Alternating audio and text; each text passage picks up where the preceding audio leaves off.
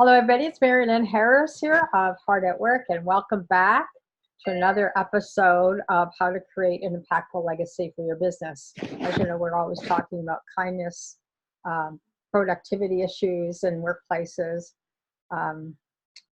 What else can we talk about? Whatever our speakers that I bring on want to talk about, basically. So anyway, welcome Morgan Bailey. I have on the call today. We met several months ago, and I said, you ought to be on my show. So he said, yeah, okay. And then he said yes without really knowing anything about it. So that was cool. So welcome, Morgan. Thank you. It's a pleasure to be here. Yeah. So tell me a little bit, really, I know you're into really leadership and working with leaders and that type of thing. So basically, how did you kind of get into doing it? I know you explained it to me when we met, but for our viewing audience, they don't know. I'll give you the medium version. So I've walked many roads in life, so to speak. I started out as an engineer and really wanting to work in alternative energy, and I went into that field for a while, and then I wanted to work more with people. So I took my sort of technical expertise, went to graduate school to study environmental engineering, so I could do international development work focusing on water. And so I actually ended up doing that for a while. And so I was able to lead several trips and programs to East Africa. I worked in India, I worked in Latin America. And I started taking on more leadership myself, like trying to figure out how can we solve some of the global challenges? Right. What role do I play in that? But the one thing that always stuck with me was that it wasn't really about how good the idea was that someone had. As much as what was the capacity organizationally and in terms of leadership to be able to execute on it. So a lot of the projects I worked on internationally, I found that, sure, the idea can be great, but there's no leadership to implement it. And that was the big roadblock. And when looking at that, just seeing that if you don't capacitate people, it doesn't matter what ideas are out there. And I came up with this saying that I use a lot, which is, the power of good ideas dies under the weight of poor leadership. And so it was after seeing enough of that, as well as understanding my own skills to be able to help guide people and coach people, I realized I would rather focus my energy, as opposed to making it about my ideas, helping support other people who have really great novel ideas and businesses, and help capacitate them to be able to make their ideas successful. Right. Because you also have to help them, lead them into taking their idea out, right? So, because part of that is you have to become the leader of the project so you can help them, guide them out, because they can't see it for themselves. It's sort of like, just as business owners ourselves or leaders, sometimes we're stuck in the forest because we can't see the trees. Exactly. Right? So in your role, besides being a coach, but also your role is that people are looking up to you and say, okay, help me out of here, kind of thing. Yeah, absolutely. Kind of guiding them out. Yeah, and I think a lot of it's, providing that level of clarity. And if anything that my clients talk about a lot, it's how I'm able to help create clarity very quickly and be able to take what seems like a bunch of disparate ideas and things like that and distill it down very quickly into what is its true essence. Right. Part of that's, having engineering pounded in my head, where you're always looking to simplify. Part of it's just being able to intuitively understand where someone's coming from. So kind of the potion of those two can be pretty powerful. Well, that too, because also of your past work experience, as an engineer in other countries, you become more intuitive because of the role that you played there. And now you can take that skill set and apply it to your clients now, right? Yeah, absolutely. I mean, obviously working across cultures and across sectors, there's a lot of nuances to every project and individual. And so being able to understand those really helps you navigate that terrain, and be able to read between the lines and to know what's really important to be able to move a project forward and be able to help a person grow into who they need to be in order to be successful at what they're doing. Yeah, to carry that role forward or that idea forward. Yeah. So what do you think the biggest obstacle that you find your clients are having? It's just having. Yeah, absolutely. And I found myself, I always end up working on the same thing initially with most clients, and that's actually creating space and time. So I Mm-hmm. think one of the biggest constraints people have is says, I really want to do this. I know I need to grow, but I don't have the time. Mm-hmm. And right now is not necessarily, the best time. Right. And so that's one of the biggest challenges, because in order to be able to move yourself into a new place, in order to be able to grow in a certain direction, you have to give time for that. It's like Mm-hmm. you can't, grow your muscles if you don't give yourself time to go to the gym. Right. And so that's generally one of the biggest challenges, is getting people to say, hey, look, take 10, 15 minutes out of your day at a minimum to be Mm-hmm. able to sit, reflect, check in with yourself, and to start to get clear on some of the things that you want to take direction on. Right. Because if you're going to change how you operate, you have to remodel the way you think. Mm-hmm. To do so, you have to take time away from your normal pattern of thinking. Mm-hmm. Okay. Some people do it through meditation. Some people do that through just going on a walk. Some people do it through, reading. There's lots of different ways to do it. Mm-hmm. What's most important is you actually give yourself time to start thinking differently. Right. Because if you don't start thinking differently, you're just going to do more of the same, and more of the same usually ends up in the same results. Right. Right. Still thinking about how you're going to move forward Yeah. and not taking any action. Yeah. So, can you maybe just walk us through? I know we talked a little bit about how you work with your clients at the beginning. So, can you just kind of maybe walk through a little bit more about if they have a bigger problem and they want to move forward? Can you just share with you how you work with them? Yeah, absolutely. I mean, the first thing I always do with a client is, kind of assess the fit, obviously, to make Right. sure we have good chemistry, because that's always really critical. Right. It's like dating in a way. And then it's really getting clear what is most important for Mm-hmm. this individual. What is the outcome that they're looking for? Mm-hmm. And then we dig into that outcome a little bit to make sure that, okay, is the outcome that's top of mind for them actually the outcome that they're seeking at a deeper level? Mm-hmm. Because sometimes somebody says, I want to make some sort of transition. And so I want to do this one action. Mm-hmm. And then we say, okay, is this coming from a grounded place, or is this coming from a reactive place? Mm-hmm. So let's get really clear on what is it that we're going after and what's behind that. Okay. Mm-hmm. And then that kind of helps us figure out what is the scope of what we're working on. From there, there's several different things that I work on with clients. One of them is the vision behind it. So where are we going? Mm-hmm. And that's kind of that building that scope into it. The second thing is, what is the strategy behind it? So how are we going to get there? Mm-hmm. Let's be pragmatic about it. And the third piece is, what sort of skills and competencies are required to get you from that point A to point B. Mm-hmm. Some of them may be really easy for you. They may be kind of innate. You're like, yeah, I can do that. I just need to know that I need to do that. Right. Other things, people are going to say, okay, well, that's going to require me to be a little different. That's going to require me to operate differently. Right. So then we can build capacity around that. We can pull in assessments. We can do lots of other things. A lot of it's for bringing awareness to it, Right. helping them create action of how do we actually put this into place in between the sessions, Mm-hmm. doing that. And the last thing that we're always working on is the integration piece, which is how do we actually make all of these learnings a part of you, Mm-hmm. so that you're not just operating sort of, just out of a habit necessarily, but you're really building it into who you are. Yeah. Be more You know? conscious. Yeah. And that's how it takes you. I'd say a lot of my clients, to achieve what you want to achieve, to get from point A to point B, you're actually going to have to become a different person. Mm-hmm. And that's not a bad thing. That's not a scary thing, because if you do that right, the person that you can become is going to be able to operate and execute at a higher level. And that person is actually going to be more intrinsically like you. So you're actually shedding layers of an onion, so to speak, Right. getting you closer to who you are, closer to that potential that you're seeking, and getting you to operate at that higher level. Mm-hmm. Yeah. Yeah. Yeah. It's very much like you're saying, the vision, the strategic ideas, and the plan to get there, right? And so it's Yeah. not just the pragmatic steps, like our action steps. It's also about the person as a whole, to be conscious and moving them forward, right? Yeah. Absolutely. And I reserve the right to, also be very direct with my clients. And because, I mean, it's, somebody once said, when I started my coaching career, that if you're not afraid of being fired with your client, then you're not coaching hard enough. Yeah.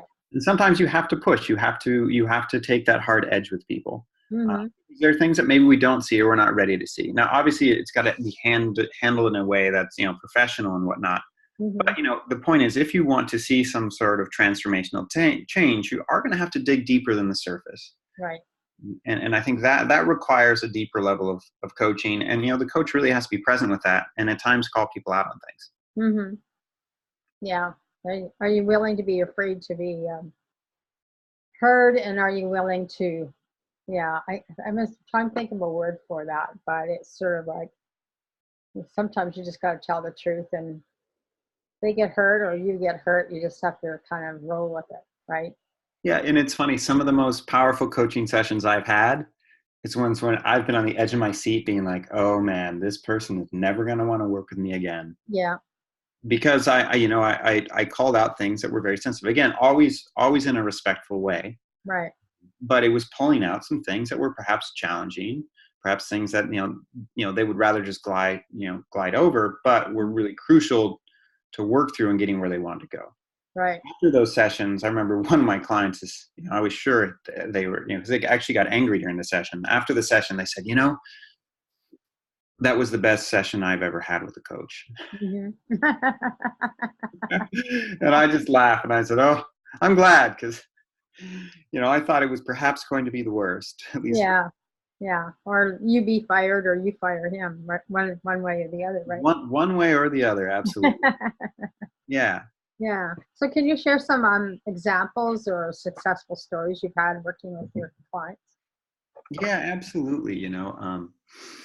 So I work, first thing, let me, the types of clients I work with. Okay. Good idea. So I work with executives. I work with leadership on all levels. So Mhm. executives, I like working with emerging leaders a lot because they're fun to work with, and there's a lot of new learning moments in there. Mhm. I also work with a lot of entrepreneurs and individuals going through transitions. Right. I really like working with people who have a sort of values-based or purpose-based mission to what they're doing. Hmm. So my sweet spot is really individuals who have a great business idea, that's also going to do very positive things for the world. Hmm. That's a great match because it's a very big values alignment for me. That being said, I work with a wide range of individuals, people with technical backgrounds. Since I have a technical background, I kind of understand what that mindset is. Right. To people who work in nonprofit, also have found myself working with a lot of academics because I have an academic background. Hmm. So it kind of runs the spectrum. A lot of the challenges that you see people face are very similar, despite what sector they're in. Obviously, some of the leadership competencies are different depending on what level people are operating at in terms of are they executive or emerging leaders. But there's a lot of similar and common themes in there. Right. Yeah. Yeah. I would think that whatever client you're working with, at whatever level they are at, you're running through a lot of similar streams, I guess. So Yeah. tell us a little bit more about so the kind of services you have is coaching Mhm. and training, So I do coaching, I do workshops, and workshop. retreats are on the horizon for 2020. So that's my goal out there. Yeah, of course. I mean, they're always fun to do, and there's always so much more growth being intense in an intense retreat than there is. Absolutely. And, I've partnered with a few other people, one of whom is a professional climber who also is now doing leadership work. So Mm-hmm. that the leadership workshops that we offer are a bit different. Mm-hmm. They're not, they're very focused in terms of what leadership qualities you're trying to develop. Mm-hmm. And they're also a lot more experiential. So we Mm-hmm. might be doing things and experiences outdoors and things of that nature. But it's really supposed to be very immersive. Mm-hmm. So classroom work is great, and there's a lot of room for it. And at the same time, it's really nice to be able to get outside that. Right, right. Out Yeah. of the space. That being said, I still do quite a few workshops in the classroom. I also do my work. I work as an on-call faculty for the Center for Creative Leadership, and I work with them delivering workshops several times a quarter. So that's also really fulfilling work. So Right. that's the workshop. That's the workshop realm. The other work I do is obviously, coaching. And so Mhm. that's a lot of what I do. I really enjoy the one-on-one work with individuals because it's really inspiring to be able to see people grow Right. and to be able to see their expansion as individuals and Mhm. what they see as possible for themselves. Mhm. And Okay. So I really like what you said that about the client. So what are some of their challenges? Do you see a thread or a color of them that they really face that are similar to a lot of your clients, or are they all different? Like, yeah, there are several themes that come out. mm-hmm, I think one of the biggest things is people, re-envisioning their image, so to speak, and breaking through some past patterns around that stuff. mm-hmm, And so, particularly, one of my clients, she's an academic. For her, it was as she was transitioning away from doing a lot of the work and into leadership. A lot of it was for her was owning her leadership abilities right, and really stepping into that. And she's one of the great success stories that from all my time working with clients. And she's now being recognized, and people are asking her to teach leadership skills right, because she's really been able to step into those. mm-hmm, So I think getting people clear on what are their sort of where's their perceived leadership ceiling, mm-hmm, and sometimes people think they're much better leaders than they are. right, of course, of course, And 360 feedback is great for that because it's objective. It says, hey, right, look, this isn't me saying this. yeah, Yeah, and so that's so getting people to understand kind of where their ceiling is and where they're at with that is really critical. mm-hmm, mm-hmm, And then kind of what we do. I mean, a lot of people's their barriers and blocks. They fall under sort of self-awareness and things of that nature. But then they can be there are different threads within that. right, right. So do you use a lot of tools like the 360 and other assessment tools? Yeah, if we need to pull it in, we pull it in. It's not always a given. Mm-hmm, It's really on a case by case basis. mm-hmm, mm-hmm, Yeah. Yeah, I think another one thing that a lot of people focus on or challenge they have is where they should be focusing their energy. right, And what does productivity look like, mm-hmm, particularly as you're moving up within an organization? right, So when I work with a lot of engineers who have moved from individual contributor up to management, up to executive level, mm-hmm, there's shedding a layer of responsibility for over technical details. right, And so I find that particularly with engineers, that is a big area of learning for them. mm-hmm, And so yeah, getting people clear on what is your real role and responsibility that you're dealing with, mm-hmm, where do you find your value, and what's actually going to create the most value for the organization, right. being able to find the balance in between that. Yeah, because I would think, like, I don't know very much about engineers or anything, but I would think that if they're always hands-on and now they're no longer hands-on and they're into a leadership role, that's quite two different roles, right? Yeah, it Yeah, absolutely is. you really have to shed a lot of stuff, right? Yeah, and what I hear from my clients who are technical, they're like, yeah, I'm managing now, and I just talk to people all day. It's like I don't do anything. Oh, so that's yeah, that's quite funny. Yeah, yeah, yeah. Very good, very good.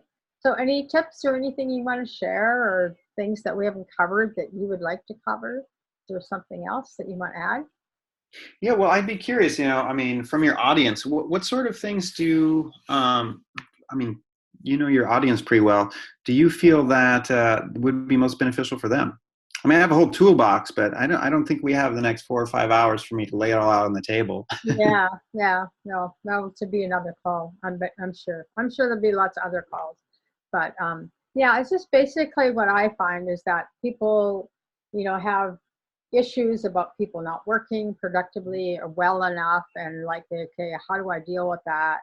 And you always have the management team and you have the worker bees. So the worker bee says, look, I know we have to make money, but sometimes we just need quiet time too. Like, you know what I mean? We need that space to think and pause and not stress out so much.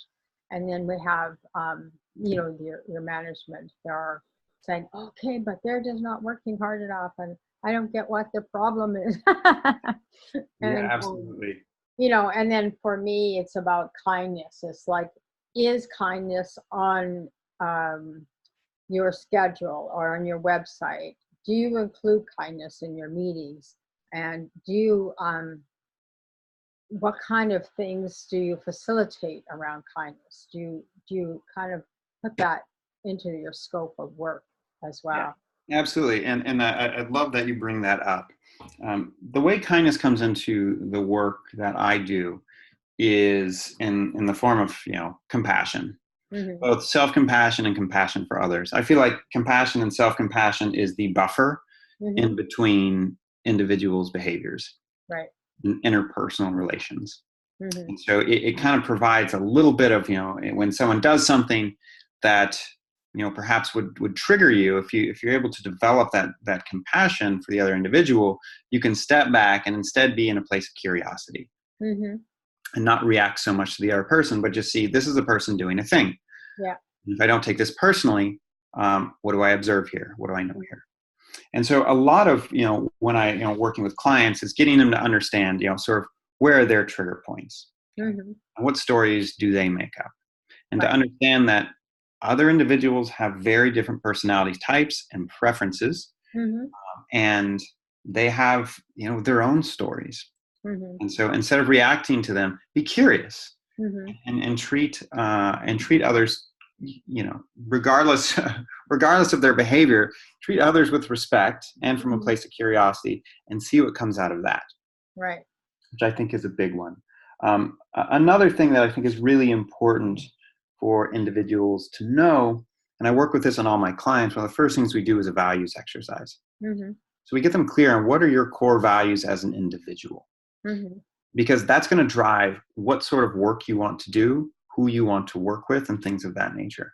Yeah. So if you're making a transition within an organization or into another position, and you're not clear what your values are, it's going to be really hard to know if something is a good fit. Mm-hmm. Okay, as well as to know, if you have the opportunity to create your job, your values will help you be very clear on what sort of activities that you'd like to be doing. Right. So that's a really important exercise. It still amazes me every time I do that with someone. It's a pretty simple exercise, but it's one of the most powerful things for them. Mm-hmm. Because values are really what drive all of our decisions. Right. And we have values whether or not we've articulated them or not. Mm-hmm. And so it's really important to be able to do that. Yeah. Um, you It's know, like the limiting beliefs. We could say, oh yeah, I got rid of them all, but we always have them. There's always one that pops up. Oh, exactly. I don't like that one. Or, it might be a really good one, right? Mhm. So it's just Yeah, hanging in there, that's important. discovering who they all are. Another thing I work with a lot of clients on is just checking in on how aligned their teams are, Mm-hmm. and the idea of making no assumptions. We Mm-hmm. all like to make assumption that somebody else knows what's in our head. Right. A lot of times leaders like, why don't they just get it? Yeah. And the reality is well, there's a reason that they don't get it. The reason isn't always clear, but don't make assumptions around that. And Mm-hmm. try to figure out where is actually alignment missing. The more conversations, the more communication you can have with your team, the better. Mm-hmm. Ask frank questions. Mm-hmm. Try to get clear. Okay. Mm-hmm. And important in that is always create um, a an atmosphere of trust. Mm-hmm. Because if you're not cultivating trust within your team, no one's going to feel comfortable really opening up about what some of the challenges are. Right. And that leaves a lot of really important information out of the loop, Yeah. which is really critical. So that alignment piece, how well everyone is aligned and creating a culture of trust is paramount. If you have those two things, what a team can do is it's expansive. Right. Unlimited. Unlimited infinity. Yeah, Yeah. absolutely. Yeah. Yeah, I think, I mean, those things are really critical. I think, and also this idea that leadership is everybody's responsibility. Mm-hmm. And I think if teams can do that, if teams can really instill the fact that, hey, everybody is a leader here. Mm-hmm. There may be someone who has more ownership or is facilitating a process, but everyone's a leader in their own respect. Right. Okay. And so if someone's feeling some sort of lack of alignment or they're not feeling very committed to the project, it is up to them to be able to voice that. Right. Okay.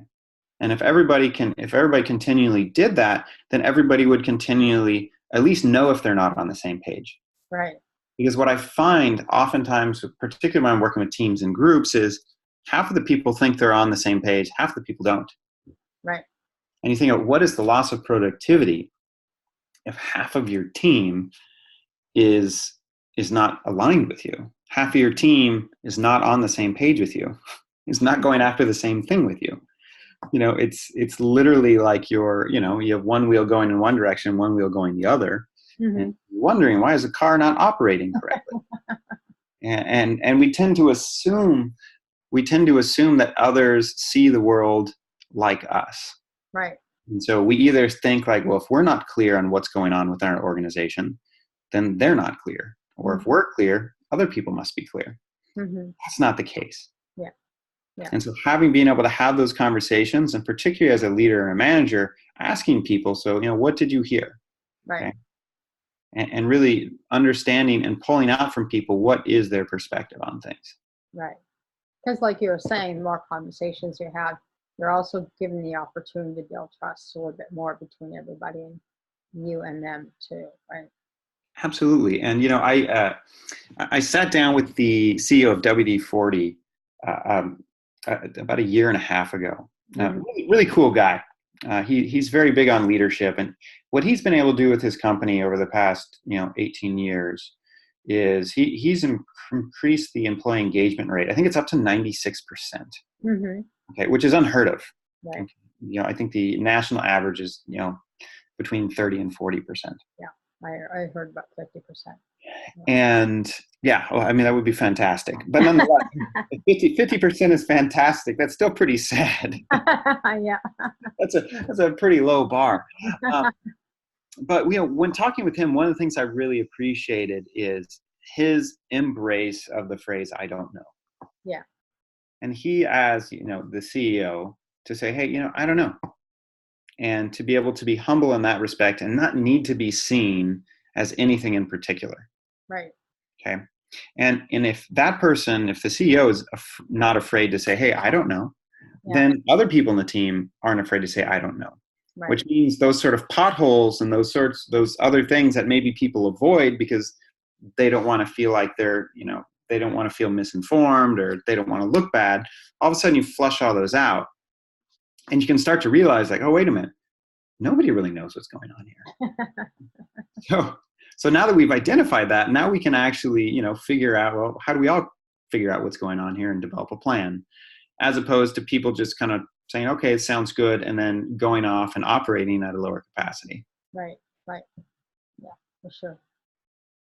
Great. Well, I've really enjoyed our time together, Morgan, today. I'm sure that we'll continue on our conversation. Yeah, this was a lot of fun. But it's good. It's cool. So anyway, but I'm just going to close up the call and just say thank you so much for spending 30 minutes with me today. I really appreciate it. And I'm sure everybody who else is going to be listening in will tune in and like your wise words and say, hey, got to work with that Morgan guy. Absolutely. Well, if anyone's curious, they can find me at intrepidcoaching.com. Yeah. And I'd be happy to talk with anyone or send them any resources. It's my pleasure to support. Okay, great. Thank you so much, Morgan. All right. You can read about you on podcast.hardatworkonline.org as well, because you have your page up there shortly. And of course, I've got all the podcasts also on Anchor, so there's a channel there. Actually, we're on 8 different channels right now. So technology nowadays. So anyway. So anyway, but thank you so much, and we'll be chatting with you very soon. So thank you for joining in and listening in on the calls. The calls are recorded and then posted. So I will let you know, Morgan, when yours is up, and probably within the next couple of weeks, I'll have yours up, and we'll go from there. Fantastic. Okay, thank you for joining me today. So appreciate it. Pleasure. Okay, and don't forget, always be kind. Bye. Of course.